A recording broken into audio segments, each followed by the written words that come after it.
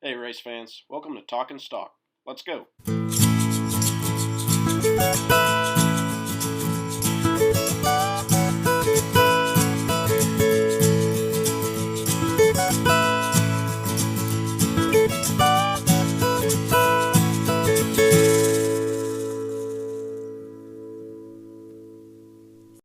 Hey, everybody. Welcome back to episode number 5. As always, Novus on the strings, bringing us in. Good to be back for episode number 5. Trey, how are you doing? Doing pretty good, Kyle. Missed some racing this weekend, but took advantage of the off weekend. Got a nice little vacation in. Set, ready now. Let's go for the second half of the season.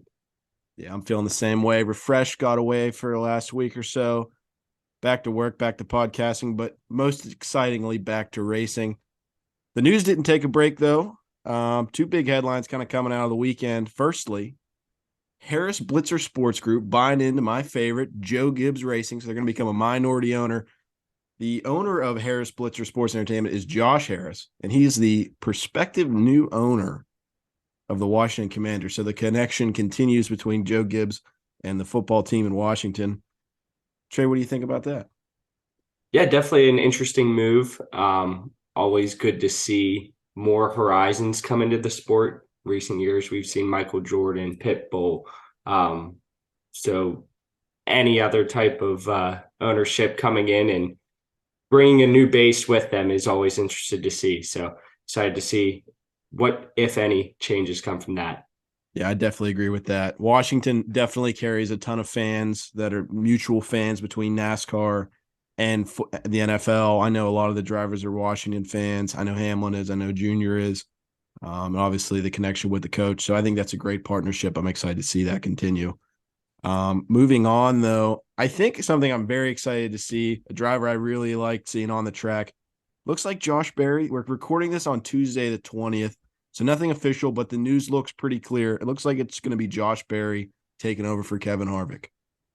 Yeah, I think we talked on this, I think in episode 1, actually, that Josh Berry had proven himself this year. Got a couple of rides there with Hendricks, with the 48 in the 48 and in the 9, and definitely told the sport that he is ready for the big leagues now. Excited to see him get an opportunity.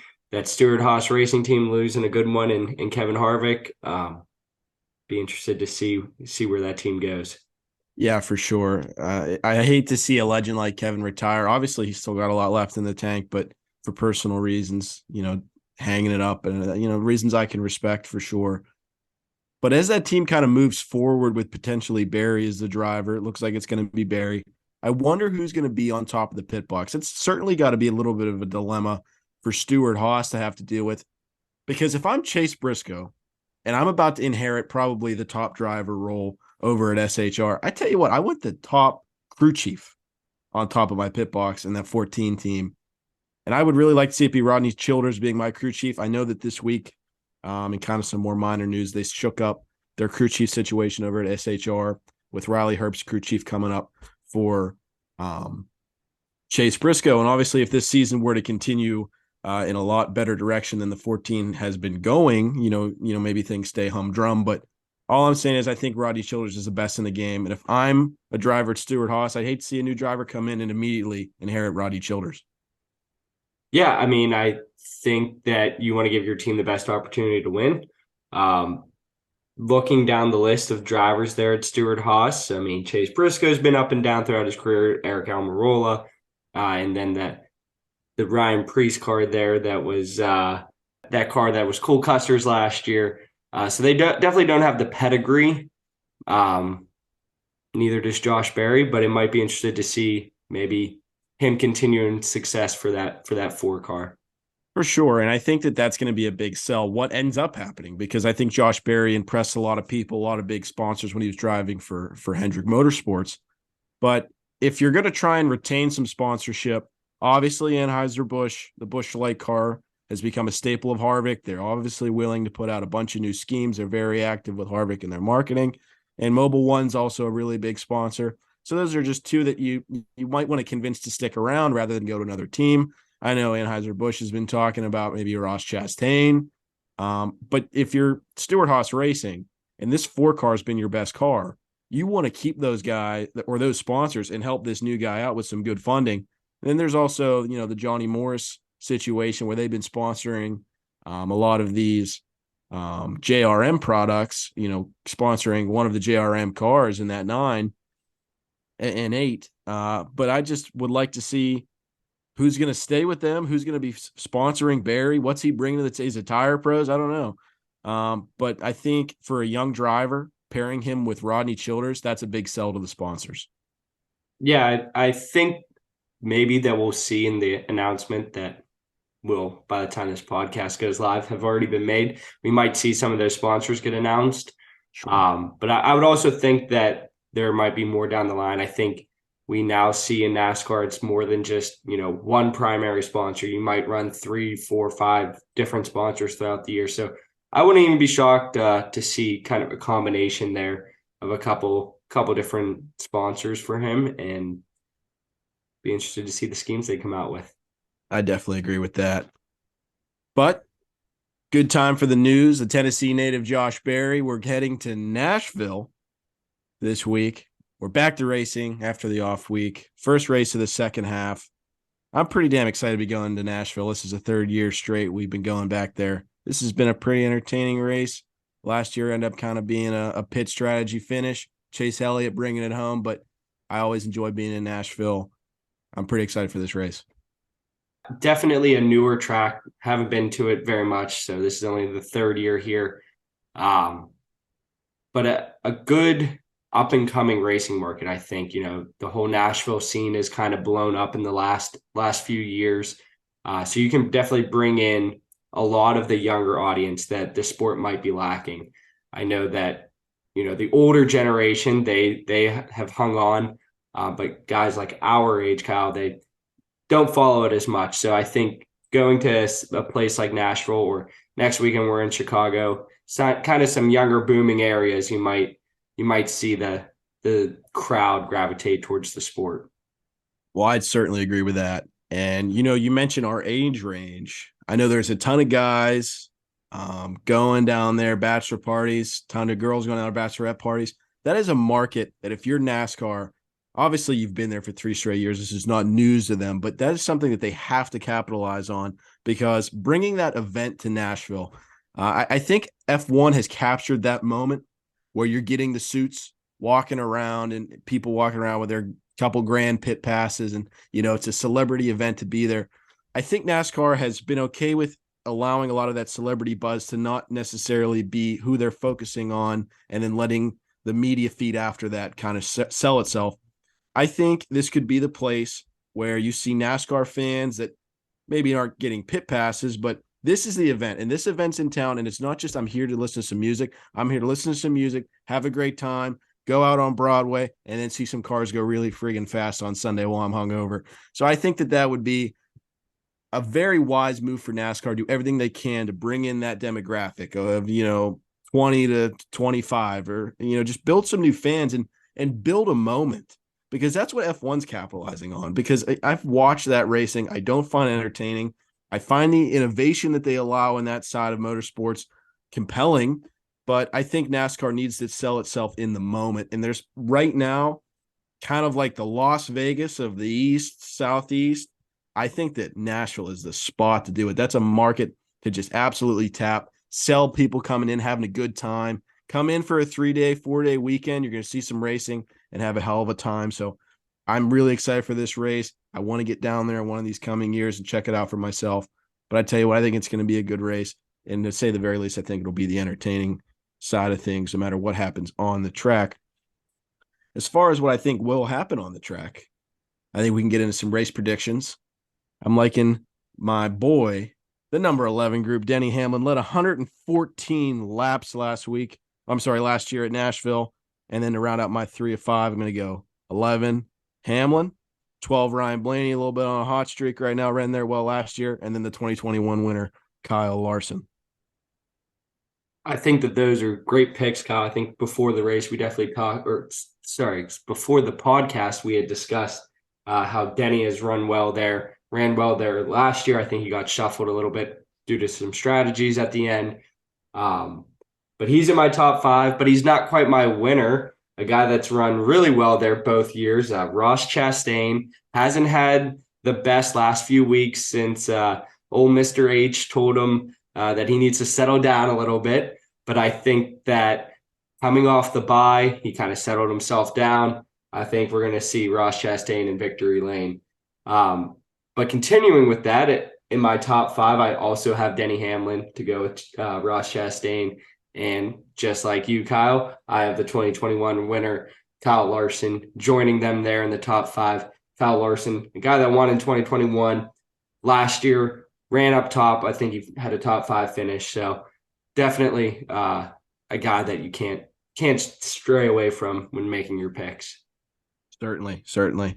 As far as the long shot, it's kind of a hard track to predict. There's not a lot of a notebook on it with the last 2 races, but I tell you what, a guy I think might have some momentum. Change often in sports can be a good thing and spark you in the right direction. Plus 10,000, I'm gonna go with Chase Briscoe as my long shot this week. Definitely a good pick. See how that Stewart Haas team reacts to some of their changes that we have discussed already. But my long shot at about plus 15,000 is Austin Cindric. This I don't have too much of a reason for, just a guy that I feel like hasn't had his best stuff outside of that 500 win last year. But would be interested to see him running up front. Could have some value there. Yeah, I would agree with that. I like Austin. It's hard to count out a Penske car. I mean, that's the flagship car, the number 2. Austin showed a lot in Xfinity. Obviously, a Daytona 500 champion. I'm feeling good about it. I think that's a good pick at that odds range. So I wouldn't be surprised to see. Hey, you never know. But as we recap, before Trey is kind of putting it to me a little bit, take me out to the woodshed, 4-1 on the season. So a little bit of overlap with our picks. We'll see if I can make up some ground, or maybe we'll stay the same. I don't know. But either way, I'm excited to watch this race, get into it. I think it'll be a good time. Kind of got a new segment for you guys this week. We didn't obviously have a race on Sunday, so we came up with a new idea. We're going to do a little NASCAR trivia. It's an ongoing segment we like to mix in over the next few weeks. Certainly not an every week type of thing. But when the content allows for it, I think it'd be a fun time for everybody to go through it. So we're going to go, it's NASCAR trivia, and this particular topic is sponsorship. So the categories being sponsorship. So you must give the sponsor, the driver, and the number. So if I said, give me a Bass Pro driver, you'd say, well, Bass Pro, it's Martin Truex, the number 19. So that's how you get the points.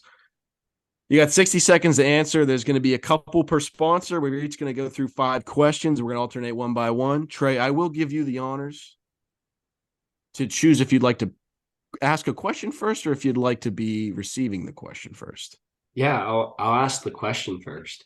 Put me on the spot. Here we go. Absolutely. I think I have a good one to start us off, an iconic NASCAR sponsor, but we're going to go with the M&M car, the Mars car. Okay. Jeopardy music playing in my head. I'm going to go, obviously, Kyle Busch, 18, Kyle Busch. Kenny Schrader, 36. And then I'm thinking of those throwbacks Kyle did a couple years ago. They put out paint schemes. Elliott Sadler, 38. Yep. M&M's. All right. 3 for 3 there. I'll take it. So you have to get all 3 to get the point. That's also part of the instruction. So to get all 3 to get the point. So Trey, in the return serve, another iconic sponsor. We're going to go DuPont/Axalta. Yeah, so we're going to go with the obvious one in Jeff Gordon, the 24 there. And then the guy that followed him up in William Byron, also in the 24. And this third one, I have a guess in mind because I seem to recall him running it, maybe not super often, but I'm going to say Dale Jr. in the 88. Yeah, that was one for sure. Okay. Yep. All right, 1-1. All knotted up. Starting with a couple easy ones. Trey, you want to snake it or you want to ask me a question? What would you like to do? I don't know. I'm kind of winging it here. I'll let you ask me the question because all right. I don't want to think about it. Yeah. So we'll go Molson Coors. Molson Coors. 40 Sterling Marlin right off the bat. Silver Bull, I'm feeling it. I got, just because I have this die cast, a 42 Kyle Petty Coors Light car. And then Molson Coors, so that's Miller, right? Yep. And then Blue Deuce, Rusty Wallace. Yep. Smack that one pretty good. I like that one, Molson Coors. There's so many with that one. Yes, there is. Yes, there is. All right, Trey. I'm going to give you an illustrious, just because of the name. It's a great one. The Tide Ride. Give me 3 drivers with the Tide Ride. This is a tough one. All right, so DW definitely drove it, but can't think of the number right now. I know that Ricky Rudd drove it. I believe he was in the 32, but that could be wrong. I know that somebody was in the 32. They were in the 32, but it wasn't Ricky Rudd. Yeah. Was Daryl Waltrip in the 17 when he rode it? That's correct. That's one. Okay. And I'm going to say Ricky Rudd was in the 10. That's right. That's 2. You had 32 right. You just got to think of the driver. I can't think of who drove Darlington. Think Darlington. Oh. The tough one. I can't think of it right now. Him and Kurt Busch coming to the line. You got it.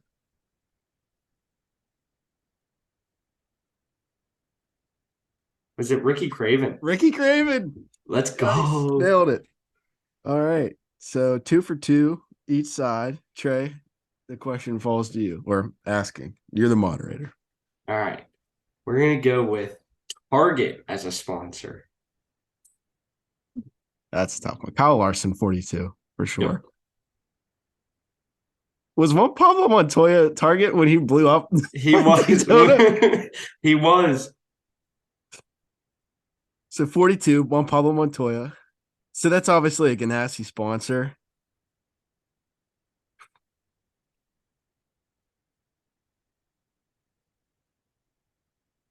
I got one.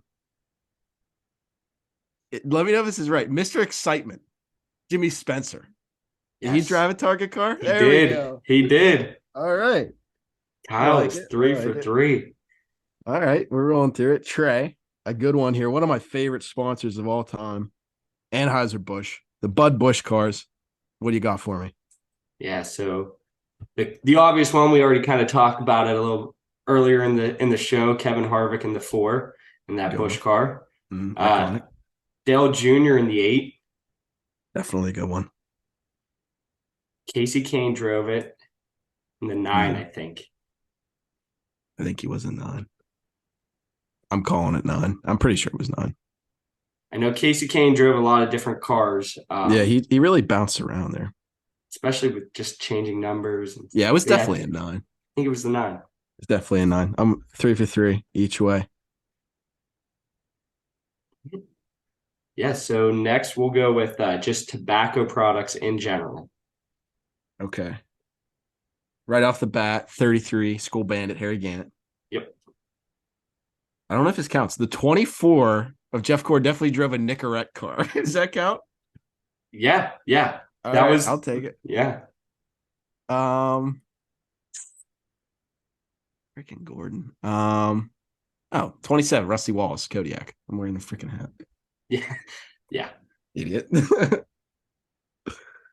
Yep. That is what, 4 for 4 now. All right. I think we got it so far. Trey, this is going to seem hard, but it's easy if you think about it. Rush Truck Centers. You get one, you get them all. I swear to God. Oh, Tony Stewart in the 14. That's one. Chase Briscoe, I'm assuming, in the 14. I'm assuming it's another one of the Stewart Haas guys. It is. It's not Kevin. So I'm going to go Eric Almirola in the 10. Not quite. Well, he might have driven one. I don't want to completely write that off, but there's another one I have in mind. Let's see here. If this is right, I'll tell you who the other one is. Okay. Yeah. Okay, he did nail it. He does have one. There is a number 10 Cummins car. I was thinking Boyer. Okay. 14. Obviously. Yeah, that's a big Clint. miss. That's a big miss on my part. Well, they're all 14. Yeah. The only reason I I don't remember Eric Almirola actually driving it. I Mhm. was just kind of going through the Stewart Haas guys there. Yeah. Yeah. No, that's just a typical, that's kind of a new sponsor. I want to mix that in. So Trey, also 4 for 4. I think we go to the final. This comes in match point. I don't Yeah, have a match tiebreaker point. question, so we'll tie. Yeah. Let's go with interstate batteries. Okay. Kyle, Yep. 18. Bobby, 18. Yep. Dale Jarrett, 18. Yep. Yep. Oh, Three I for could have said three. like Hamlin. They're all I running was interstate now. so What a so dummy. I was also going to say like if those were like the three I was thinking, like the Right. three Yeah. main ones, but then I believe all three of the Yeah. other well actually four other including Ty, I Yeah. think have run an interstate scheme at some point Yeah. uh this year or last. Yeah. Yeah. I like that. I like that one. I like thinking back. Daytona 500 champs. Yes. In the 18. All right. Last question, Trey. A chance to tie the Valvoline sponsor. Okay, so definitely the two right off the top of my head is Larson in the 5 Mm-hmm. and Willie B in the 24. Mm-hmm. I don't know if any of the other Hendrick guys right now have run it. I'm going to say no. Mark Martin in the 6. Nailed it. Yeah. Bowman, I think, was running Valvoline for a little bit. Okay. But I was thinking Mark Martin because that's just classic. Yeah, yeah. I don't know why I That's didn't get 6. why it took me that long to think of It's the that. easy ones, I swear to God, that are like, I mean, like the Kodiak, like the 27 is like You're literally an if you iconic just looked at car. the video, I know. you would have saw it, you know. Well, I know this is a podcast you guys can't see. It's a sick bear logo. That intrigued me. Obviously, I was not alive, and I think 89 is when he won that championship. But it's a beautiful white Pontiac. Great car. Well, I think that about wraps it up. I hope you guys enjoyed that little fun segment at the end. We're going to try and run through with a couple different things like driver facts and all that. I think it'd be a good time, especially if you guys play along with us. But I think it's going to be a good time if you guys continue to tune in. I hope you enjoyed show number 5, and I hope you enjoy this race weekend. On that note, have a good one, guys. Thanks for tuning in.